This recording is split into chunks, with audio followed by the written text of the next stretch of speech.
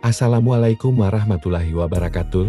Selamat datang di Jejak Si Mirza yang membahas berbagai hal, misteri, teknologi, horor, sejarah, berita dan lainnya. Mohon subscribe dan bunyikan loncengnya supaya dapat notifikasi dari video saya. Hari ini saya akan membahas tentang di balik Masjidil Haram dan Masjid Nabawi, seorang arsitek dan pemilik perusahaan yang berjasa dalam membangun masjid.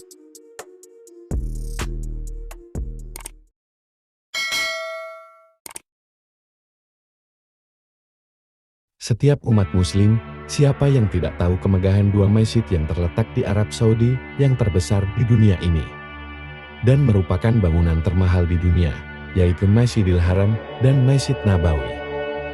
Informasi yang saya ketahui, luas Masjidil Haram mencapai 356.800 meter yang bisa menampung 900.000 sampai 2 juta jamaah. Sedangkan luas Masjid Nabawi mencapai 100.000 meter persegi dan bisa menampung jamaah sampai 1 juta orang jamaah. Di balik kemegahan dua masjid tersebut, ada seorang arsitek. Ia kelahiran tanggal 13 September tahun 1908 yang berasal dari Mesir. Ia diberikan tugas oleh Raja Fahd bin Abdul Aziz untuk merencanakan dan melaksanakan perluasan dua masjid suci tersebut. Arsitek ini bernama Muhammad Kamal Ismail. Dikatakan, ia adalah orang termuda dalam sejarah Mesir yang lulus dari sekolah menengah. Dia terdaftar untuk pertama kalinya di Royal School of Engineering. Dan sekali lagi, menjadi yang termuda yang lulus dari sekolah itu. Pada saat pembangunan Masjidil Haram dimulai, Kamal mencetuskan ide untuk menggunakan marmer khusus untuk lantai Masjidil Haram yang sering digunakan tawaf.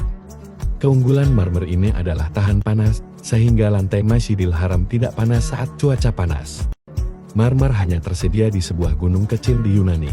Kemudian Kamal pun melakukan perjalanan ke Yunani untuk memberikan marmer dalam jumlah yang sangat banyak, yaitu sekitar setengah gunung. Setelah kembali ke Mekah, ia langsung mulai bekerja meletakkan marmer di lantai Masjidil Haram hingga selesai. Bahkan ia terang-terangan menolak membayar sepeser pun untuk karyanya dalam membuat denah arsitektur. Ketika Raja Fahd dan rombongan Bin Laden menawari Kamal cek kosong untuk diisi sendiri, tetapi dia menolak dengan sopan. Kemudian Kamal mengembalikan cek kosong yang dikeluarkan oleh Raja Fahd dan perusahaan Bin Laden. Dan ia berkata, "Kenapa saya harus menerima uang atas dua masjid suci ini, lalu bagaimana nasib saya saat berhadapan dengan Allah di Yaumul Hisab?"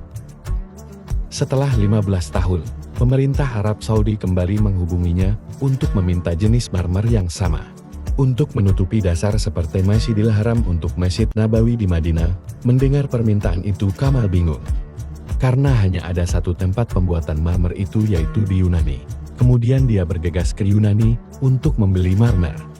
Namun sesampainya di perusahaan itu, ia terkejut karena persediaan marmer sudah habis. Alhasil Kamal sedih dan berharap hanya kepada Allah. Keesokan harinya sekretaris perusahaan marmer tersebut menghubungi Kamal untuk mengabarkan bahwa pembeli terakhir marmer tersebut adalah sebuah perusahaan dari Arab. Kemudian Kamal segera bergegas ke perusahaan dari Arab tersebut. Ketika Kamal tiba di perusahaan itu, dia terkejut karena tidak ada marmer dari Yunani itu belum digunakan sama sekali. Kamal kemudian mengeluarkan cek kosong untuk membeli marmer. Namun ketika pemilik perusahaan mengetahui bahwa marmer tersebut akan digunakan untuk membangun Masjid Nabawi, pemilik perusahaan dengan sopan menolak membayarnya. Itulah sekilas informasi tentang kisah di balik Masjidil Haram dan Masjid Nabawi, seorang arsitek dan pemilik perusahaan yang berjasa dalam membangun masjid. Semoga informasi ini dapat bermanfaat kita semua.